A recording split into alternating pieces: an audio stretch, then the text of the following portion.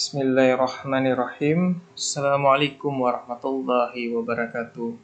Alhamdulillah, alhamdulillahirabbil alamin. Wassalatu wassalamu ala asrafil anbiya'i wal mursalin wa ala alihi wa sahbihi ajma'in.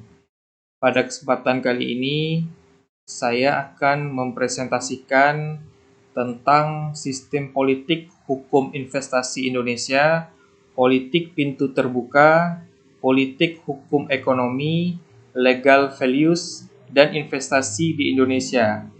Presentasi ini untuk melengkapi tugas mata kuliah Hukum Investasi dan Penanaman Modal pada semester 2 kali ini, dan dosen pengampunya yaitu Dr. Early Ridho Kismawadi. Pertama, saya akan menjelaskan tentang investasi. Kata investasi merupakan istilah yang berasal dari bahasa Latin, yakni investir atau memakai, atau dalam bahasa Inggris disebut dengan investment. Menurut Kamarudin Ahmad, investasi adalah menempatkan uang atau dana dengan harapan untuk memperoleh tambahan, atau dana dengan harapan untuk memperoleh tambahan atau keuntungan tertentu atas uang atau dana tersebut. Kemudian investasi ke dalam 3 artian. Yang pertama, suatu tindakan untuk membeli saham, obligasi, atau surat penyertaan lainnya. Yang kedua, suatu tindakan membeli barang-barang modal. Yang ketiga, pemanfaatan dana yang tersedia untuk produksi dengan pendapatan di masa yang akan datang. Kemudian ada 2 jenis investasi.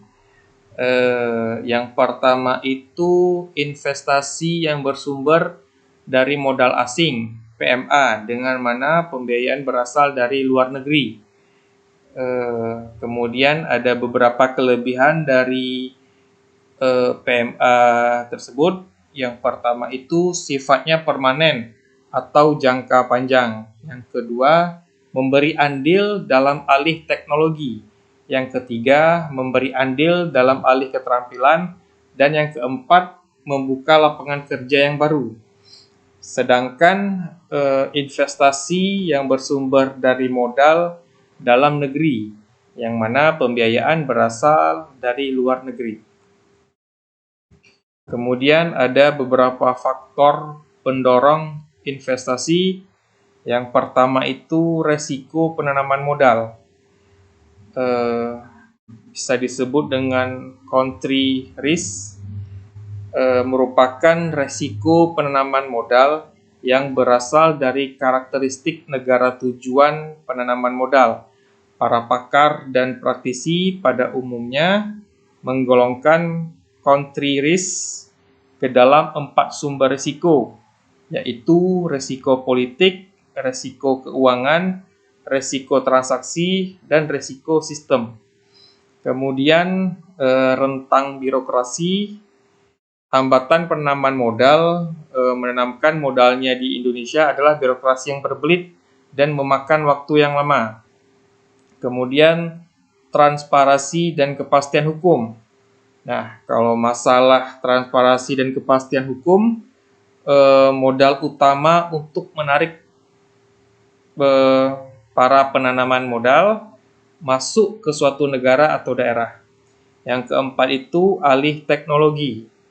Pada umumnya aspek alih teknologi menjadi salah satu faktor yang menyebabkan penanaman modal enggan menanamkan modalnya di negara-negara berkembang.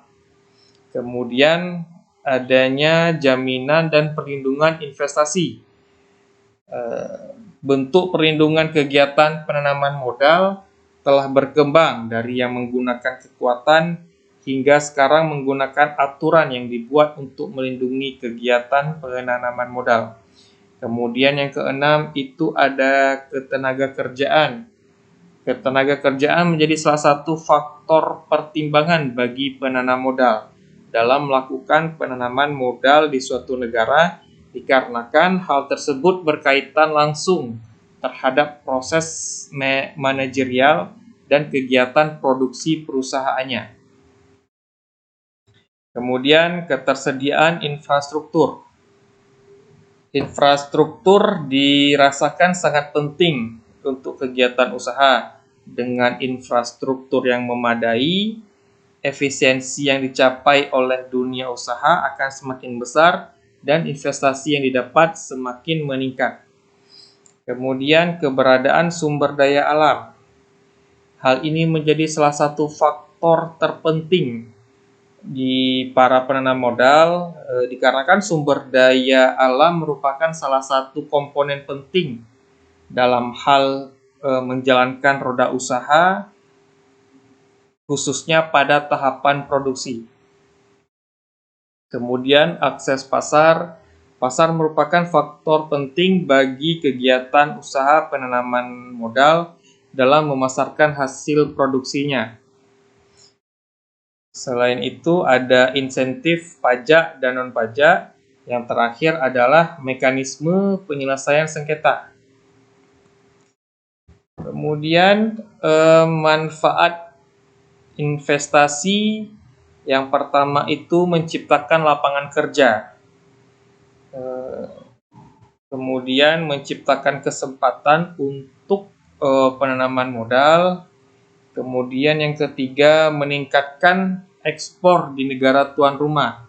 Jadi dengan adanya ekspor bisa mendatangkan penghasilan tambahan dari luar negeri yang dapat digunakan untuk berbagai keperluan bagi kepentingan penduduknya. Kemudian menghasilkan pengalihan teknis dan pengetahuan. Kemudian memperluas potensi swasembada. Kemudian menghasilkan pendapatan pajak tambahan yang dapat digunakan untuk berbagai keperluan. Yang terakhir, membuat sumber daya negara tuan rumah, baik sumber daya alam maupun sumber daya manusia. Kemudian politik pintu terbuka. Politik pintu terbuka adalah politik kolonial liberal yang diberlakukan di Indonesia pada tahun 1870. Politik pintu terbuka atau dalam bahasa Inggris disebut Open Door Policy dilakukan oleh pemerintah Hindia Belanda dengan maksud untuk membukakan kesempatan bagi pemilik modal untuk menanamkan modalnya di Indonesia, khususnya di bidang perkebunan seperti teh, cengkeh, coklat, tebu, kina, dan masih banyak jenis perkebunan lainnya. Pemerintahan Hindia Belanda diisi oleh para kaum liberal, kebanyakan merupakan pengusaha swasta yang secara besar-besaran boleh menanamkan modalnya di Indonesia. Kemudian politik hukum ekonomi. Pengertian politik hukum ekonomi adalah proses pembuatan dan pelaksanaan hukum yang dapat menunjukkan sifat dan arah sebuah hukum yang dibangun dan ditegakkan. Dari pengertian tersebut dijelaskan bahwa politik hukum adalah arahan atau garis resmi yang dijadikan dasar pijak dan cara untuk membuat dan melaksanakan hukum dalam rangka mencapai tujuan bangsa dan negara. Politik hukum merupakan upaya menjadikan hukum sebagai proses pencapaian tujuan negara. Politik hukum dapat dikatakan sebagai jawaban atas pertanyaan tentang mau diapakan hukum itu dalam perspektif normal kenegaraan guna mencapai tujuan negara. Kendatipun secara yuridis, penerapan hukum ekonomi di Indonesia memiliki dasar yang sangat kuat sebagaimana dalam ketentuan pasal 29 UUD 1945. Kemudian dasar hukum investasi sesuai dengan UUD 1945 Indonesia pada pasal 33 ayat 3 bahwa sumber daya alam sangat melimpah di Indonesia yang dikuasai oleh negara untuk dimanfaatkan bagi kesejahteraan hidup warga.